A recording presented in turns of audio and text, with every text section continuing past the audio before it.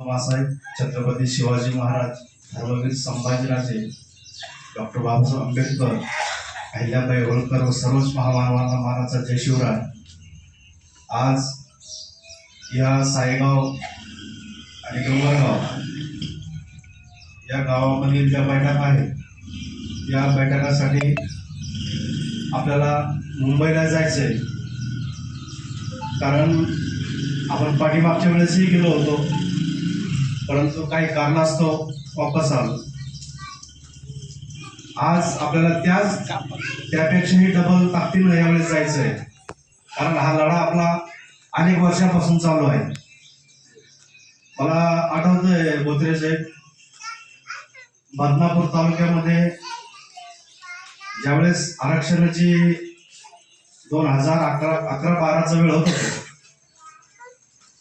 नारायण राणे समिती आली होती संभाजीनगर या ठिकाणी। तर त्यावेळेस आपल्या गावामधून सनी म्हणजे ज्या आपण जे म्हणतो ना की गाव करी ते राव करू शकत नाही, तर असेच एक ठराव द्यायचे होते शासनाला। आणि ते ठराव म्हणजे असे होते की अख्ख्या या महाराष्ट्रामधून फक्त अनेक संघटना त्यामध्ये उतरल्या होत्या आरक्षणाच्या चळवळीमध्ये, परंतु जे जरांगे पाटलाचं जे काम होतं त्यांनी इतकं निस्वार्थीपणे केलेलं आहे की त्यावेळेस त्यांनी अशी एक युक्ती केली होती की प्रत्येक गावचा आणि ग्रामपंचायतचा ठरावच त्यांना द्यायचा होता आपल्याला। तर तो ठराव आपल्या बदनापूर तालुक्यामधून सायगाव आणि डोंगरगावचा पहिला दिला होता आणि मला ते आठवते आजही, आणि माझ्याकडे ते आज पण आहे। सरपंच होते त्यावेळेस सरपंच होते शिंदे साहेब, आपले गंगाव असतील किंवा बरेचसे मंडळी त्यांनी सहकार्य केलं आपल्याला।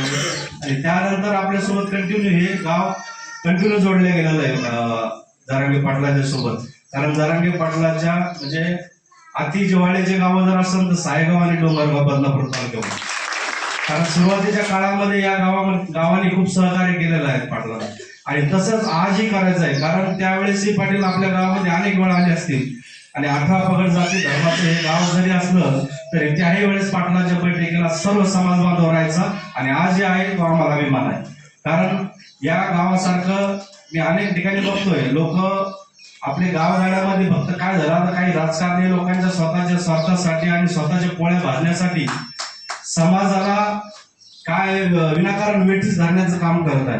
कारण आपण गावगाड्यामध्ये सगळेच 18 पगड जातीचे काम करताय, ते होऊ देऊ नका याही पुढे। कारण एक मराठा समाज हा मोठा भाऊ म्हणून समजला जातो महाराष्ट्रामध्ये, आणि तो सर्वांना घेऊन चालण्याचं काम करतोय। आज जरी आपण वेगळे जरी झालो असलो, आज बाकीच्यांकडे जरी आरक्षण असलं ते त्यांच्याच वाटेला जे हिस्सा आलं ते कधीच वापस राहणार नाही, कारण यांच्या हिस्साचं जे आहे ते मिळणारच आहे। कारण ते 17 काय असतं, आपल्या ग्रामीण भागातल्या लोकांना आरक्षणाचं हे काय महत्व म्हणजे ते काही अभ्यास नसतो, काही माहिती नसती, आणि मग त्यामुळे काय होतं, बाकीचे काही राजकीय लोक आपल्या विनाकारण आपल्यामध्ये दुरावा निर्माण करण्याचं काम करतात, की असं काही होऊ देऊ नका। कारण डॉक्टर बाबासाहेब आंबेडकरांनी घटनेमध्ये सर्वांना आरक्षण लिहून दिलेलं आहे, आणि स्वतः ज्या वेळेस गरज पडेल समाजाला त्यावेळेस ते घ्या म्हटले होते। परंतु काही आता त्या वेळेचा काळ असा होता, या महाराष्ट्रामध्ये 169 जे मराठा घराणी आहेत, ते मराठा घराणी श्रीमंत आहेत, पण सगळंच मराठा समाज काही श्रीमंत आहेत का? सर्वच हातावर काम करणारे लोक आहेत। फक्त आता ह्याच आमच्या 169 मांगोळ्यांनी समाजाचं वाटोळ केलं आहे, आम्ही सगळ्यात अगोदर त्यांना दोष देतो, कारण त्यांनीच आमचं वाटोळ केलं 169 घराण्यांनी, आणि यांनी फक्त याचा स्वार्थ बघितलाय, गोरगरीब जनतेला आणि समाजाला त्यांनी आजपर्यंत डावलून टाकलेला आहे। त्यांनी जर आज समाजाकडे बघितलं असतं, समाजाची दुरावस्था झाली नसती। समाज आज कुठेतरी आज लोक नोकऱ्याला असते, अनेक मुलं आज जरांगे पाटलाच्या आंदोलनाच्या याच्यामुळे आज नोकऱ्याला लागतात कुठेतरी, कारण अनेक वर्षाचे दबून ठेवण्याच्या नोंदी होत्या त्या आज सापडल्या, त्या आजच्या नाही आहेत। कारण 1902 पासून आरक्षणाचे जनक जे छत्रपती राजश्री शाहू महाराज आहेत त्यांच्या काळापासून तरी आरक्षण आहे सर्वांना दिलेलं, परंतु काही कारणास्तव आता समाजाला विनाकारण वेठीस धरायचं म्हणून दिलं नाही। पण आज ती वेळ नाहीये। आज आमचं एवढंच म्हणणं आहे, जसं की आता बोलले आमचे बंधू, की ग्रामपंचायत सरपंच असतील, पंचायत समिती सदस्य असतील, जिल्हा परिषद सदस्य असतील किंवा गावचे सदस्य असतील, यांनी सर्वांनी आज एकत्र येण्याची गरज आहे। कारण त्यांनी सांगितलंय ग्रामपंचायत सदस्यही सर्वांनी येणं गरजेचंच आहे. कारण त्यावेळेस ज्यावेळेस आता ही जनता असती, आरक्षण जरी आज यांची वेळ आहे, उद्या तुमची पण राहणार आहे, कारण त्यांनी बोलून दाखवलंय.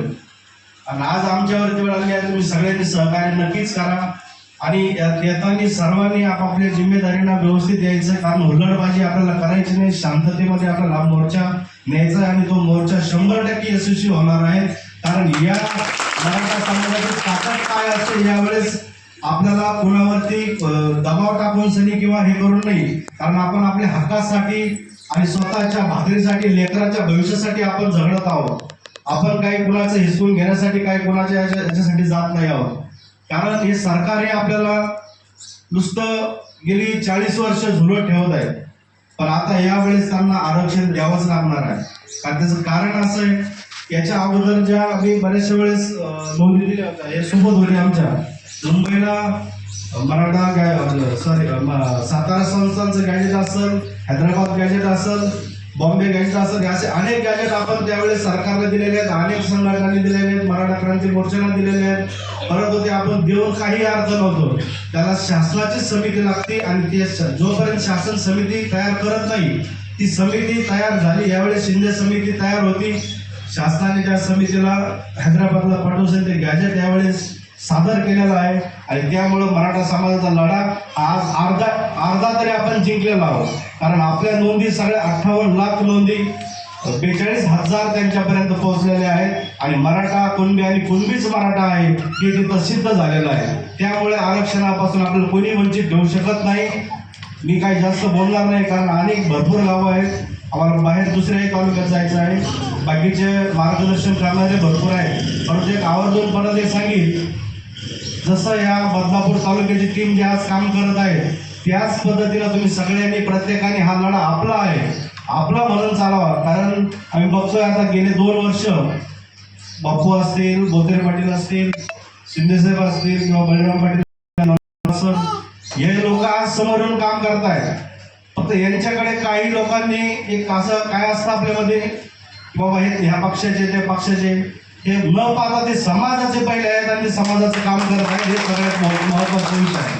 कारण त्यांच्याकडे आपण समाज म्हणून बघतोय, ते मवारचा विषय राजकारण आहे, ते राजकारण करत येत राहील, जात राहील. पण आज समाज हा काय करत असतो, समाजाच्या कामामध्ये कोण उपयोगी आला, तो समाजाच्या किती कामं येतो, किती प्रश्न सोडवतो, हे लक्ष समाज ठेवत असतो.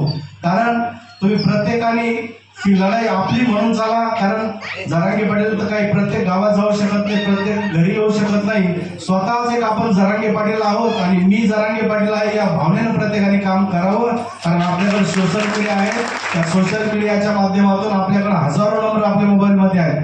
प्रत्येकाने आपल्या या 5-6 दिवसाच्या कालावधीमध्ये प्रत्येकाने आपण जसे नातेवाईकांना फोन करतो, एकही नातेवाईक आपल्याला सोडायचं नाही. प्रत्येकाने सोशल मीडिया चालवा. आज एवढे जर लोक इथं बसले, मी जरी सोशल मीडिया चालवला, तुमचं फेसबुक व्हॉट्सअप जरी केला, प्रत्येकाने जरी मेसेज टाकला किंवा स्टेटस ठेवलं, प्रत्येकाच्या मोबाईलमध्ये 500-1000 नंबर आहेत. तुमच्या आज 1000 लोकांपर्यंत या गावची बैठक जाणार आहे.